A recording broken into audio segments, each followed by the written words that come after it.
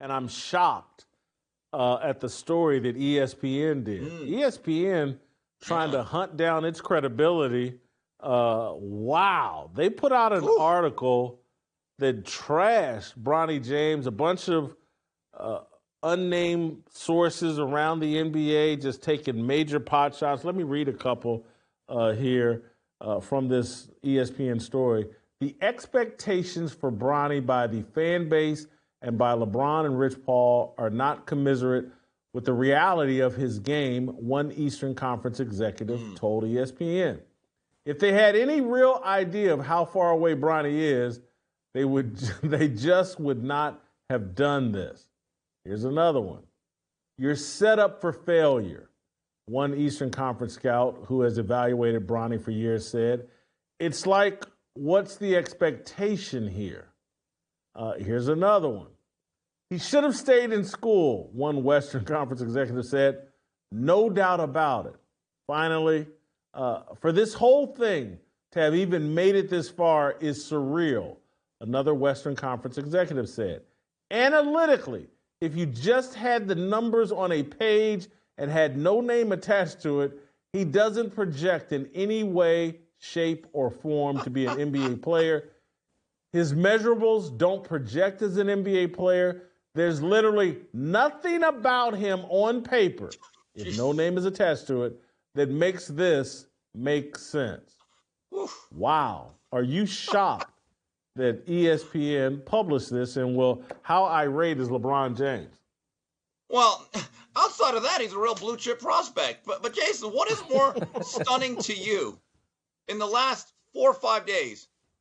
This story from ESPN, which was very well done. I believe the author's name is Baxter Holmes. Thumbs up to him. Well researched, put some time in. I read it earlier this morning, and my eyes turned around reading some of the quotes. Or 60 Minutes grilling old Cam Chameleon Harris. What is going on with the mainstream media? It's almost like they're doing their jobs. But Jason, this whole situation, none of what I read was all that surprising. It just confirmed what we thought.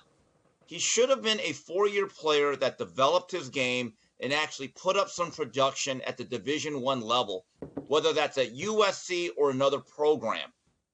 But it also points out to me, as a Laker fan in recess till someone is gone, that this is no longer a serious organization. Jason, when the late, great Jerry West was operating our player personnel and draft, the one thing that I looked forward to, even in years when they won championships, they'd have the last pick in the first round or something into like the mid to late 20s. I always looked forward to Jerry West finding somebody that was at least serviceable or would be very good. AC Green, Vlade Divac, guys of that nature, Nick Van Exel. And every once in a while, yeah, we got a guy like Billy Thompson or David Rivers, guys of the Earl Jones. But you always felt like, you know what, we're a serious organization. We're doing things that are best for the team and the franchise. This is all about an agenda of clutch sports and a certain shooting guard from Akron, Ohio. That's all this is. I'm going to go even bigger picture, though, Steve, and connect it to the women's coach in the National Hockey League. They're turning sports into real world. And Bronny's just puck. And wasn't Puck, wasn't that from San Seattle Francisco? Or San Francisco. San Francisco. Yeah, San Francisco. Wow. Yeah. Oh, you don't remember? I remember Puck. It's a good. I'm anxious to hear this. Well, again, he's just Puck, and again, they would place people on that Real World show for conflict and for storylines. None of it was it. What year was it that there was a black dude? And did he pull season the pants one. down of a black girl? That was the original season series. 2. Season 1 was in New York. Yeah, that season was New 1 York, was in New York. I think that's. I think the it was series, season though, 2 Jason. in Los Angeles. I think her name was Angie, and didn't she date Kenny Anderson? They got married. Man, did they get married? Yeah, and Eric ended up becoming a writer of note. He actually had a pretty good byline for a while. He put in some work. There's nothing better at the end of a long day than sitting down in your favorite easy chair with a glass of your favorite whiskey. And hey, if it turns out with every glass you're helping to support a great American cause, doesn't taste any better than that. It's time to chart your own course with Flying Ace whiskeys from Craft Co.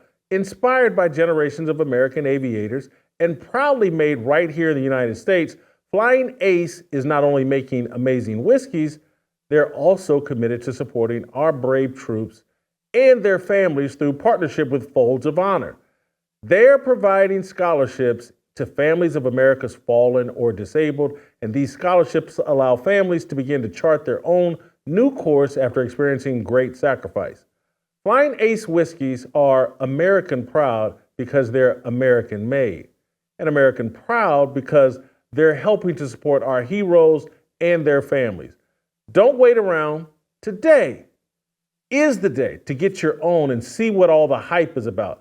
Buy online at flyingacesspirits.com. Use the promo code America to get free shipping. That's Flying Aces, there's an S at the end of Ace and an S at the beginning of Spirits.com, promo code America for free shipping. Well, anyway. And there was also that rapper. The black female rapper was on that cast. That is what's going on in professional sports. It's just real world. Yeah, season 2 here. It's just a reality show. And hey, we're gonna place LeBron's son on the team and have that storyline. And the Golden State Warriors. We thought about drafting, but out of respect for LeBron, we didn't draft Bronny. It's all make believe, man. They're undermining the credibility of sports with this stuff. People around the league can see it for what it is. The players are making so much money. You wonder why they don't care about the games? Because the teams and the television networks, they don't care about the games. No one cares about the games other than the fans. And at some point, the fans are going to realize, man, these guys don't care. Why should I care?